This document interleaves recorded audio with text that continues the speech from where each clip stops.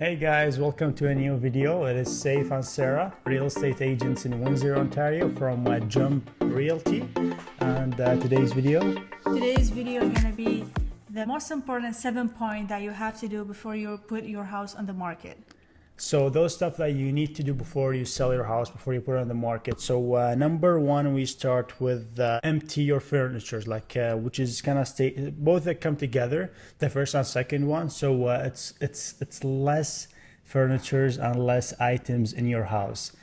So the less are the better, because when people want to walk in, they want to feel like they are walking into a home that could be theirs. But if they just keep walking and see like clothes everywhere, it's not like organized, they just gonna feel like this is not ours. We're not related. And for most people, even you guys who are looking right now,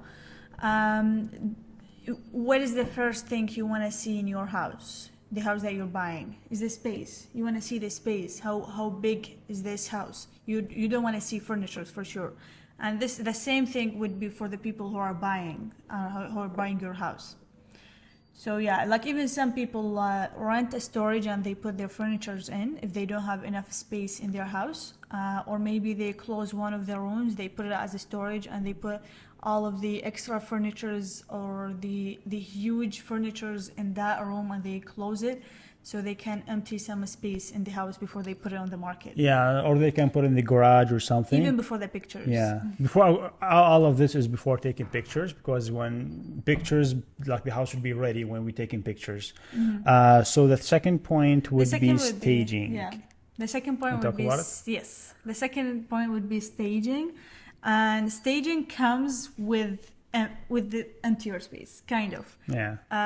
So even if you are living in the house and you already have your furnitures in, you can empty some of your furniture and add some staging furnitures, because there's a lot of companies who have like a point of view they have a different point of view than our furniture. They have different furnitures, more neat furnitures than the house owners. It's just like IKEA.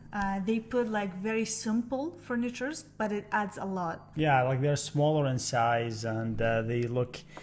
They look the way they set it up is by the decor they look better, and they're smaller items, so that's why it's more appealing in the pictures and people can kind of relate. Like the house will look professional house. This is if you are living in the house, but if the house is vacant, then 100% the staging would be a lot more better than just like leave it empty, especially for the pictures. Of course, yeah.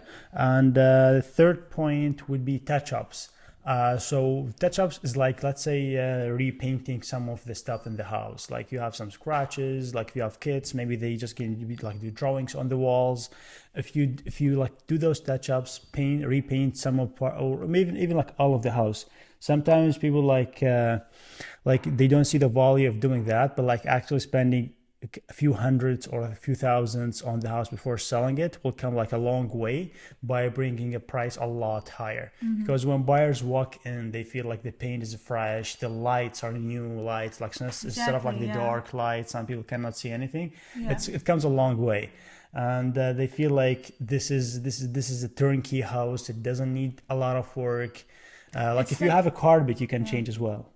It's like a trick, some stuff that can trick people and change their point of view on that house, especially like as Saif said, the lights and everything, the color of the house. Like for example, if some of your rooms are colored maybe pink or maybe purple or these like very strong colors, the dark ones. Yeah, the dark ones. White would be a lot more better, because white, as we all know, white will make the space a lot more bigger. And also for the backyard, it would be beautiful if you can get the grass or maybe take care of the backyard, because this is one of the like most important points for some buyers, and it would be look a lot more better in the pictures as well. Okay. So one of the most important stuff, like after, let's say we did the touch-ups, we did the staging, we cleaned the Any house. question? Now, like after we've done all this stuff, we check comparables, which Yeah. is it's the job of your real estate agent, hopefully, not by you, because they have access to the market and they know the property that were sold in your street in the neighborhood, so they know the market more than most people. So they compare your house and they give you the right value, because if the house was priced in the wrong, like in the wrong bracket, in the wrong price range, it will not sell. No, whatever you do, it's just waste of money. Yeah, and at the same point, I would say it's 80% of your realtor job, but it's a 20% of your job. So let's say if your realtor compared your house to the market in this area, and they told you like specific price that this house is gonna list it for, or maybe it's gonna be sold for, and you didn't like that much the price that the realtor evaluate your house for, you can check yourself. You can go to Zillow, Realtor.ca. There's a lot of other websites that you can check the sold and for sale houses that are the same in your area, and you can compare. Just in case you didn't get convinced by the realtor price, so now you'll have an idea about the market as well. Which it's important to have an idea about the market and how much is your house worth at the moment. Okay. So yeah, some sellers have a very high expectations. So how do they get convinced by the realtor price? Is by checking the market. You can make sure yourself that your house is gonna be worth this much, and you don't have to debate a lot with your realtor about the price, or maybe put your house as on a very high expectation price on the market, and then you got shocked that your house is not selling, or maybe it's on the market for a couple of months. And maybe like it's the wrong time for selling. Like maybe if you have very high expectations and you have a price in mind you want to get, and you don't want to understand or like sell at the current price market, maybe it's not the right time for selling. Like we speak sometimes to some sellers that have high expectations. We try to make them understand, but they kind of they have a number in mind, either this number or no. So what we do with those kind of people, we just not even list the house, keep it. We do like it's exclusive, and if we have a buyer that's very interested in this type of house, then you can buy it. Otherwise, just wait for the better market. Yeah, or maybe like for some people, they don't mind to put their house on the market for a couple of months until maybe the summer is coming and the prices are rising up again, or maybe they're waiting for the market to rise up. They don't mind putting their house on the market for a couple of months. So now we go to is it the fifth or fourth? We got lost. So now we go for open houses. So that's another thing. It's very important to do an open house. We usually do it on weekends. It's like to let all of the neighborhood know that your house is for sale, because you also, some people underestimate that, but like most buyers are from the neighborhood, because a lot of people live and they want to bring family, relatives to live all in the same street. Yeah. So that's a big one too. So you need to do an open house and get all people kind of engaged together and make some nice vibes in the open house. That's very interesting. I have a story. Like I was dealing with a buyer, and he was living on one of the street, and he said my other realtor, like they have, I think they have 5 or 6 families. They are living in the same street, and there was a house that listed for sale by us as well on that street, and that's why they were interested in this house, because they want to buy it and they want to live in it with their relatives on the same street. Yeah. Which is very interesting. Okay, so this is for the open house. So a lot of people think that the open house is not that important, but I would say it is. And there's also some stuff that we have to take care of before the open house, which is, as we said before, the touch-ups. Even the smell in the house is very important before the open house, because there's a lot of people coming, and the house has to smell good. At the same time, if you can remove some of the stuff that you use every day in the kitchen, maybe in the bathroom, that would be awesome, because the house would look a lot more neat. So we go to the other point, which is leaving at showing. So let's say when there's a showing schedule, it is better for the seller not to be in the house. I know some sellers like to be there just to keep watching what's happening, but like usually all of the people who goes into the house, they're most of the time either with us or buyers or with different realtors. So nobody just walking by their own. the house will be locked. We'll deal with a professional license, so we know who is exactly in there. And if anything got missing, we're gonna know who's been there and that during that time. And that would be for the open houses as well. It would be great if the house was empty and only the real estate would be in there. And the realtor are like, especially like your realtor would be safe enough to be in the house by themselves because they are licensed realtor and there's a documented relationship between you and them. I would suggest to get your expensive stuff with you when you leave, because we never know. There's a lot of people coming there, like 5, 6, 7 people, and each one is going upstairs, some of them downstairs, some of them going to some bedroom. So we cannot control all of these people, or what are they doing. But I would say, like, there's like, if the person is coming with the realtor and they are like very serious and looking to buy a house, they're not gonna care that much about this like simple stuff. Yeah, everyone's when they're like, nobody. This is not their target. Yeah, but again, it's better to take all of your valuables. Don't keep something valuable inside the house.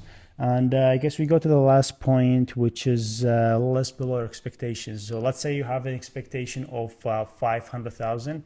Don't put your price for 500 because people get used to everything selling above asking. So if you want to get like 500, don't list for 5, because people will see that if it's for 5, then how much they need. Then they think you need more money. So list it for a little bit less. Like honestly, the less the better, because you're gonna bring more attention to the house and more offers, and at the end of the day, that's gonna be more offers, more competition, and more money in your pocket. This is just like a professional way to trick some people who are not looking at your house. Maybe you will force them to look and come into your house, because maybe they are looking for something around 400, 450. But then your house is listed for 500. They're not gonna take a look at it. But maybe when it's listed for 450 or 400, they will come and they will see it. And if they like it, maybe they're gonna buy it. Maybe they're gonna put an offer of 500. We never know. Maybe like even more than that. So this will make a competition between a lot of people. Yeah, and to bring more attention, more offers, and that's all about it, I guess. And I guess we are at the end of it. If you guys have any questions related to that, we can answer them. And again, the best way to reach us if you want any help with buying or selling, we work in all over Ontario. Our numbers will be here. This video will be on YouTube. The number will be here. And on Facebook, it's on the comments and in the description on the comments. So if we do some market update, we have for the last 7 days 359 new property listed, and there's 205 properties sold. And if we look the average home price, listing price, so let's take a look for the average listed price. So average listed price is 717. Yeah, so for 517. it's going up. Like, this is the first time we say a number like in the sevens. This is the first time we see this but number.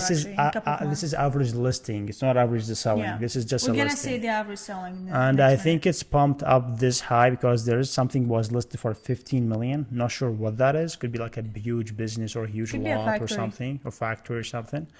But yeah, it's a 717. So let's go back and see how much the average selling price. And we're at the end of month of May. So the board will announce the reports very soon. I think next week we'll be able to talk about it, which is a lot more accurate results. This is just for 1 week. They listed for a whole month. So the average selling price is 611. So we're still at the 6, which is really good. And we're still, like as Sarah was saying last time, we're going up every single week. Yeah, and last week was how around like 500 something, very like at the very end of 500. Yeah, it's high fives, and the one we've done on a Friday, because the last time we've done it on Friday, I think we were at the 6.